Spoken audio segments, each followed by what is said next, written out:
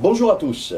Pour ce Curé enragé numéro 19, une fois n'est pas coutume, pour ce thème « Faut-il piquer les vieux ?» autrement dit l'euthanasie, bon, avec un titre un peu plus provocateur, je reçois le docteur Rémi Bézina, médecin généraliste de famille depuis plus de 25 ans et qui a l'habitude de s'occuper des personnes en fin de vie et de les visiter à domicile. Bien sûr, pour aborder un tel sujet, il est nécessaire de définir les termes, de savoir de quoi on parle et de qui on parle. D'où le fait que je vais lui poser un certain nombre de questions pour que nous ayons tous les idées claires, les esprits clairs et qu'on puisse ensuite se faire une opinion sur les problèmes qui peuvent se poser. Je ne parlerai pas aujourd'hui de cette expression que l'on dénomme mourir dans la dignité, comme si le fait de mourir parce qu'on est en souffrance, parce que l'on souffre, ferait perdre la dignité de la personne humaine. Une personne humaine qui souffre, elle ne perd pas sa dignité. Donc mourir dans la dignité, c'est un mensonge terrible, c'est une manipulation des esprits, tel que j'en parlais dans les premiers numéros de Curé enragé. Donc, docteur, définissons les termes, et d'abord, qu'est-ce que le coma ? Le coma dépassé est la mort. Mais tout d'abord, je vous remercie beaucoup, monsieur l'abbé, de me recevoir pour ce numéro 19 du Curé enragé. Pour répondre immédiatement à votre question, le coma est bien entendu une perte de connaissance prolongée, une perte de l'état de conscience. Le coma dépassé, c'est la même chose avec des lésions cérébrales irréversibles qui fait que, quels que soient les soins entrepris, le patient ne reprendra jamais conscience, un état de conscience normal. La mort, c'est en fait la mort de l'activité cérébrale. Les organes, d'autres organes, le cœur, les poumons, le foie, les reins peuvent fonctionner, mais si le cerveau ne fonctionne plus, le patient est décrété, diagnostiqué comme décédé. À ce moment-là, justement, il est encore temps de prélever les organes pour les greffes d'organes. Les cellules sont toujours vivantes, mais le patient est décédé. Nous avons donc défini ces termes, docteur, mais j'ai une autre question. Qu'est-ce que la fin de vie ?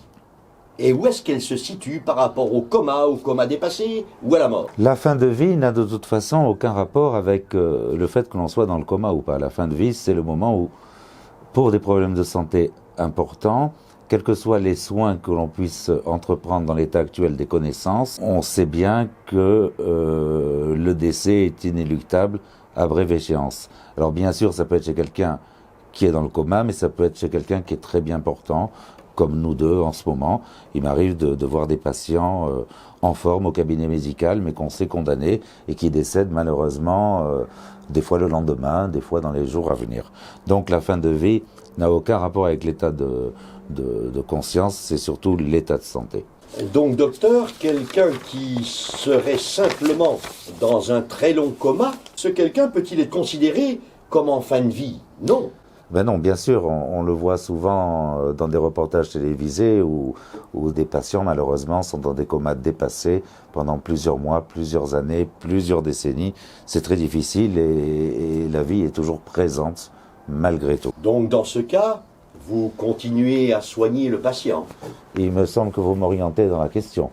La réponse est oui, nous sommes médecins. Et chez les personnes en fin de vie, faites-vous une différence concernant l'âge des patients? Autrement dit, quelqu'un qui serait jeune, quelqu'un qui serait dans un âge mature, 40, 50 ans, et puis quelqu'un qui aurait plus de 80 ans ou 90 ans. Est-ce que vous faites une différence? La seule différence que l'on fait, c'est dans la nature du traitement qu'on adapte en fonction de l'âge, de la physiologie, mais de toute façon, on soigne du mieux possible, quel que soit l'âge. Il faut se méfier d'une sorte de racisme, entre guillemets, des personnes âgées. Ce qui est chose fréquente. On aura peut-être l'occasion d'en reparler. Justement, puisqu'un médecin a pour but de protéger la vie, particulièrement pour des gens en fin de vie, quelles sont les demandes que l'on vous adresse le plus souvent de la part soit de la famille, soit du patient. Ce qui est original, c'est que c'est plus souvent la famille qui pose les questions que le patient lui-même, tout du moins quand la famille est présente. Le patient, déjà étant malade, est diminué, fatigué, déprimé et a une tendance à la passivité. Tandis que la famille, les demandes sont présentes, surtout dans les familles nombreuses où les demandes peuvent être entre des frères et sœurs opposés. Les demandes sont quelquefois curieuses. Ça va durer, bien sûr, le pronostic. Tout le monde veut connaître le pronostic.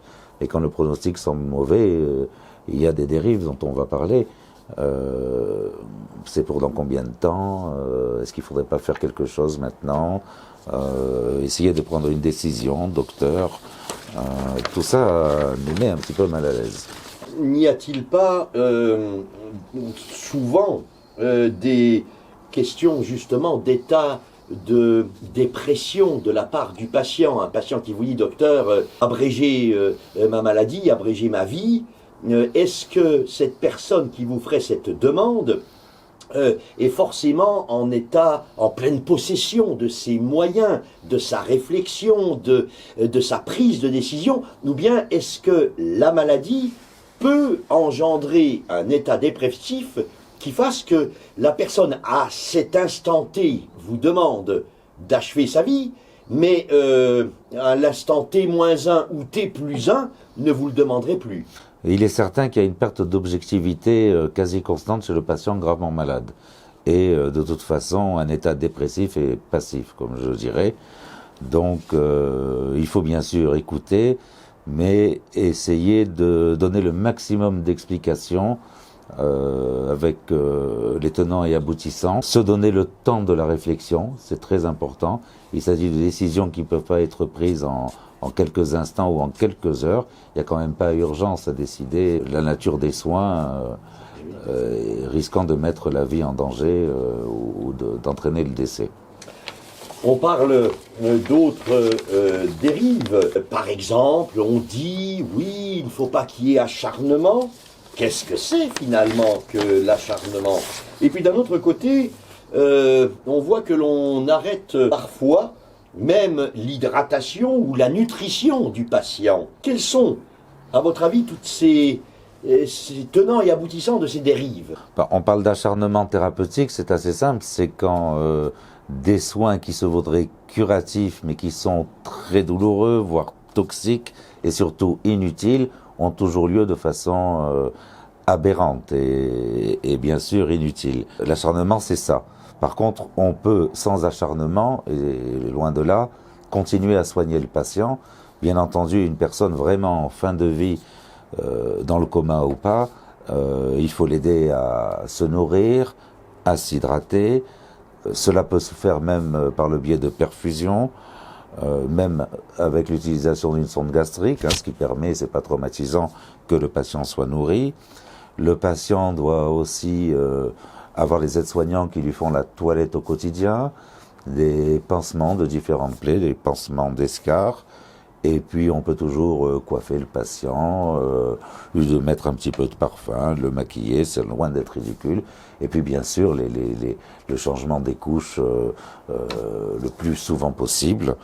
Il faut aussi savoir prendre la main du patient, prendre le temps, lui parler, l'écouter, l'encourager. Tout ça, bien sûr, c'est pas de l'acharnement, ça fait partie des soins à part entière. Je salue au passage le travail remarquable que font les infirmières, mais avant tout les aides-soignantes qui sont beaucoup plus près chaque instant que nous médecins auprès de ces grands malades. Enfin, quels seraient finalement nos devoirs? Autrement dit, on vient de parler de la fin de vie, on vient de parler de maladies très graves, on vient de parler de la mort finalement.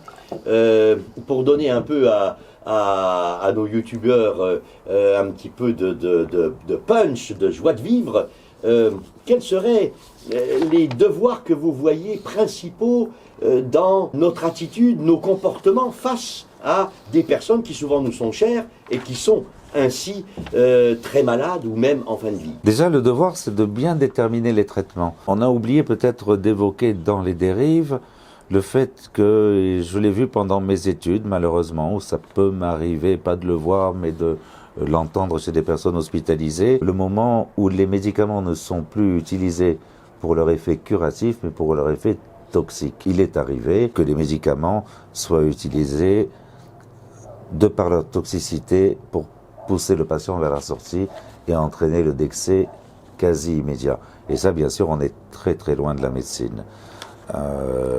Par contre, effectivement, nos devoirs, quand le patient souffre énormément, c'est d'utiliser les médicaments pour leur effet bénéfique. On arrive de façon vraiment correcte à diminuer les douleurs les plus horribles avec les médicaments à base de morphine, bien sûr. On arrive à mettre en anesthésie un patient, par exemple chez les grands brûlés. Tout ça, ça n'a pas le but de tuer, mais de soulager au maximum. On peut donner des anxiolytiques pour calmer l'angoisse, des antidépresseurs pour calmer des dépressions majeures, toutes sortes de traitements qui vont apaiser le patient, certes qui peuvent l'endormir et la mort apparaîtra sereinement, et là, dans l'indignité. C'est tout le contraire avec l'utilisation dont je vous parlais, d'utiliser exprès des médicaments uniquement pour leur toxicité. Cela est d'ailleurs beaucoup plus facile, malheureusement. Oui, il est beaucoup plus facile utiliser des médicaments pour leur toxicité, oui. Ça veut dire s'en servir pour donner la mort. Oui, on est bien d'accord. C'est comme une arme. On est bien d'accord, comme une arme. Et je pense que c'est beaucoup plus facile de donner la mort que de maintenir la vie. Nous, médecins, il y a des milliards de recettes où, même avec un seul médicament, en fonction de la dose, on peut éteindre une personne en quelques minutes. C'est exactement chez les condamnés à mort aux États-Unis. Ils utilisent, je pense, du potassium à forte dose ou autre. Etc. Bon, moi, c'est des choses que j'ai vues quand j'étais interne, il y a 30 ans, dans des contextes particuliers. Je ne sais pas si c'était des prescriptions médicales, si c'était des décisions personnelles de tel ou tel membre des médecins ou des paramédicaux. Bien sûr, c'était exceptionnel, ça a eu lieu. Est-ce que ça a toujours lieu? Je ne le sais pas parce que je ne suis médecin que dans mon cabinet médical. Mais effectivement, c'est très regrettable. On ne sait pas tout. On ne sait pas tout. Écoutez, docteur, merci beaucoup pour toutes ces précisions, tout ce que cela va pouvoir susciter de réflexion auprès de nos youtubeurs. Et puis merci de ce que vous faites pour tous vos patients. En essayant de les respecter et de ne pas les piquer, autrement dit, de ne pas piquer les vieux ni les jeunes. On aimerait faire beaucoup plus. À très bientôt. Je vous remercie beaucoup. Merci beaucoup.